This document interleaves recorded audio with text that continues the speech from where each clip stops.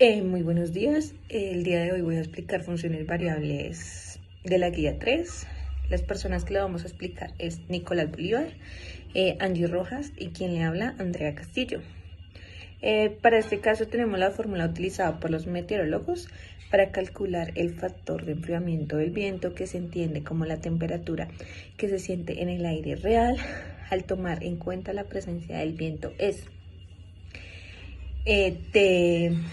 donde T es el factor de enfriamiento, T minúscula es la temperatura real del aire en Fahrenheit y la velocidad del viento en millas por hora. Tenemos la primera pregunta, que es la A, donde nos indica cuál es el factor de enfriamiento del viento cuando la temperatura real del aire es de 32 Fahrenheit y la velocidad del viento es de 20 millas por hora. Haga la interpretación en centígrados y en kilómetros por hora. Nosotros pues hicimos la interpretación. Lo primero que hacemos es hacer la conversión de 32 Fahrenheit a 0 centígrados y 20 millas por hora, a lo que equivalen que serían 32.19 kilómetros por hora.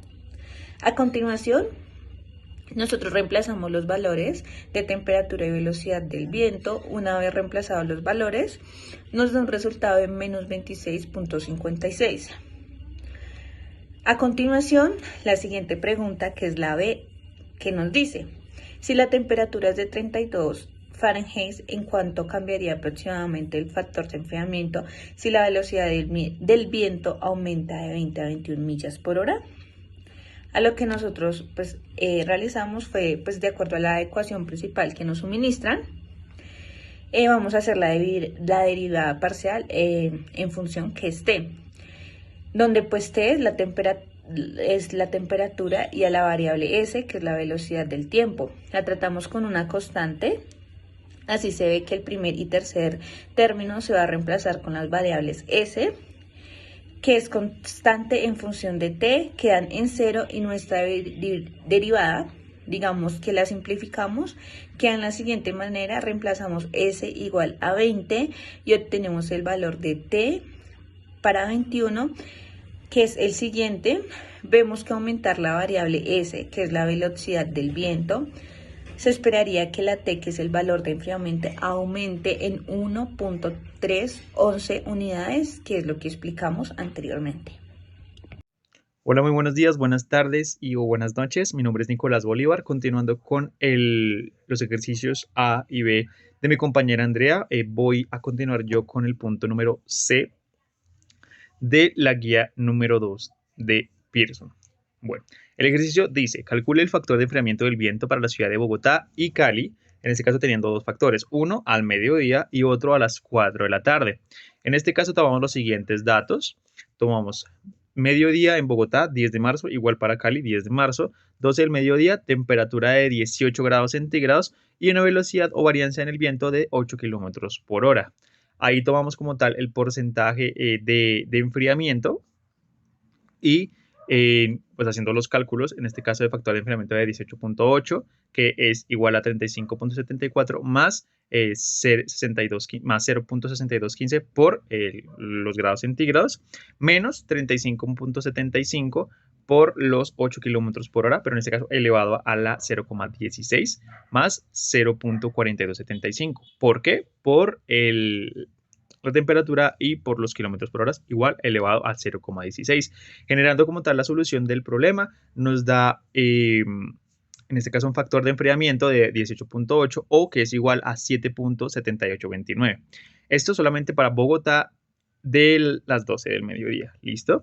Y ya hablando a las 4 de la tarde, en el mismo Bogotá vemos una varianza en la temperatura, ya son 16 grados centígrados, y vemos también una variación en el viento aumentando a 13 kilómetros por hora. Aquí hacemos lo mismo que hicimos anteriormente con las 12 del mediodía, pero en este caso llevándolo a los datos correspondientes, e igual nos da una temperatura o un factor de enfriamiento en este caso de 16.3, que es igual a 2,0927. ¿Listo? En decimal, por si acaso. Cali tenemos un caso, en este caso, diferente, ya que la temperatura aquí es completamente diferente. Ya, pues obviamente conocemos un clima mucho más cálido. Entonces, a las 12 del mediodía en Cali, igual 10 de marzo, tenemos una temperatura de 28 grados centígrados, mucho más alta que en Bogotá, y una variancia en el viento mucho menor que en Bogotá. Tenemos unos 3 kilómetros por hora. Recordemos que Bogotá pues está en los cerros, mucho más alto flujo de viento, más velocidad en ellos, pero en Cali pues es más templado en este caso. Generamos igual la misma formulación, la misma fórmula, por la redundancia, para el factor de enfriamiento o la temperatura en ese momento, y nos da una fracción de 28,3, o sea, 24.7754. Ya lo cambiamos al momento de las 4 de la tarde en Cali. Vemos datos un poquito no tan variados en temperatura. De 28 grados centígrados cambiamos a 27 grados centígrados. No hay mucha diferencia en eso, pero la velocidad sí aumenta en cuanto a los vientos. En este caso estaríamos hablando de 10 kilómetros por hora. Pues obviamente ya hay un aumento, pero igual no es comparativo a la velocidad pues que se consta en Bogotá a las 4 de la tarde, que son 13 kilómetros por hora, ¿de acuerdo? Igual, hacemos la conversión en el ejercicio y nos da una temperatura igual a 16,13, o sea, en este caso, es igual a 17.5105. ¿Qué pasa? Vemos una gran diferencia como tal en los resultados, ya que la temperatura de enfriamiento de Bogotá, un ejemplo, cambiamos de 12 del mediodía de 7.7829 a 4 de la tarde de 2.0927. Obviamente si hay un cambio, obviamente pues sí se ve como tal notable el cambio, pero es un poco más abrupto, bastante más abrupto en la ciudad de Cali, ya que tenemos un cambio de resultado de las 12 del mediodía de 24,7754 a 17.5105. Es una diferencia de más de 5, no, de hecho de más de 7 puntos porcentuales. Entonces, pues hay una gran variedad en el aspecto del enfriamiento de la temperatura en Cali a Bogotá.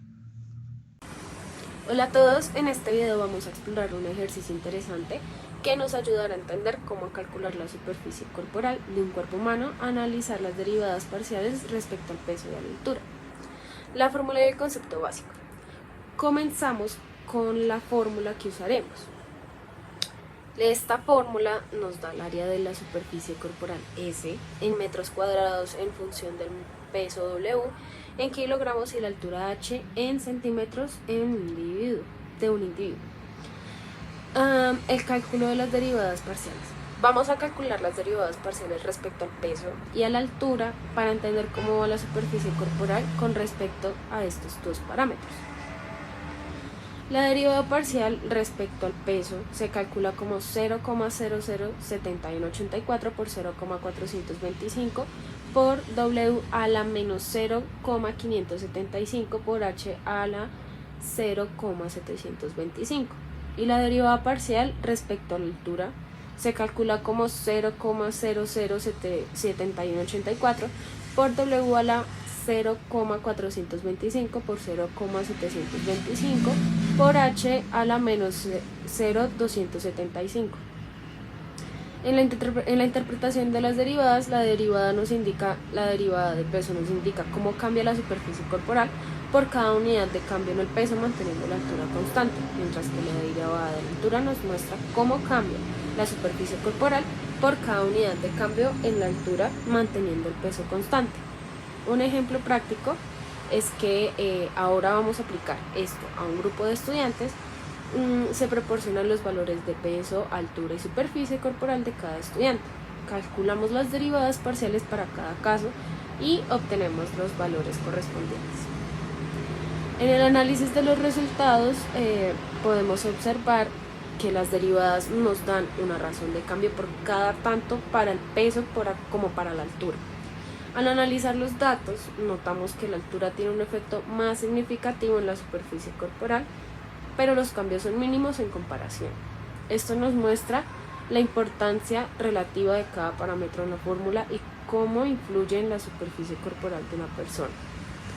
Hemos aprendido cómo calcular la superficie corporal de un cuerpo humano utilizando una fórmula específica y cómo interpretar las derivadas parciales para entender